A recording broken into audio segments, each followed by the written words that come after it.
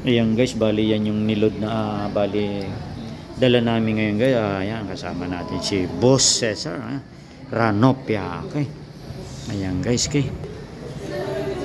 Ayan, oh.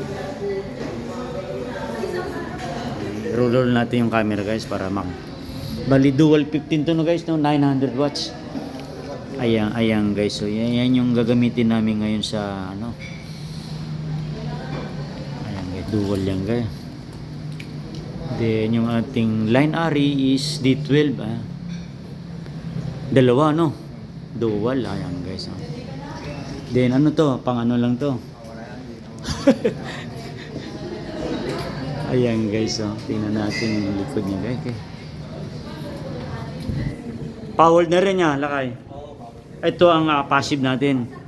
Ayan, bali yung line RE natin guys, GBL size 12 guys, ayan. Then ang ating sub, ayan, AAW guys, Eastern Acoustic Works. Ayan guys, ayan ang mga sikreto ni Boss Cesar. Then ang mga monitor, ayan guys, oh, mga muna GBL din. Ayan guys, oh. Puro GBL niya. Ayan, oh. Quality, pang-quality guys, ayan, oh.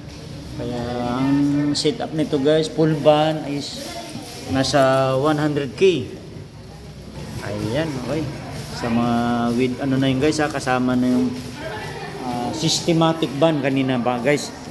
Ayan. Pero nasa ano, i-upload ko na rin yung guys. Bali lang yung ano natin. Monitor 1. Ha? Di bali dalawang D12. Puro D12 no.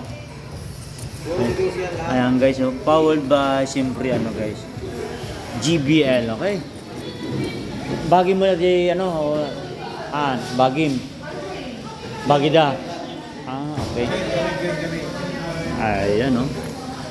Okay, thank you so much kay Boss Cesar, Ranopia, kasi sa pag-invite kay Janly TV, okay. Ayan, i-roll natin guys. Full band ka to guys, full band, ayan. Dalawa 4 moving head guys, ayan. RGB na rin yan. RGB 2, 4, 6, 8 guys, 8. Ayan, mga setup guys, di ba? Full band yan ni G Audio ng Taguig. Grabe guys.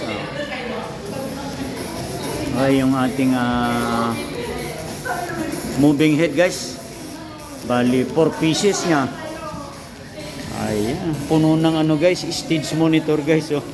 1, 2, 3, 6. Tama, okay. Then with to guys sa mga ano yan, sa banda yan, Roland, okay.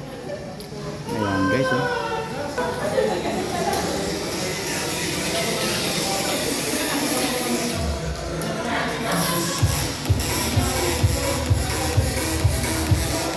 Hanggang dito na lang guys kasi medyo may music na baka makapiright tayo guys. Okay, thank you so much for watching. God bless to everyone.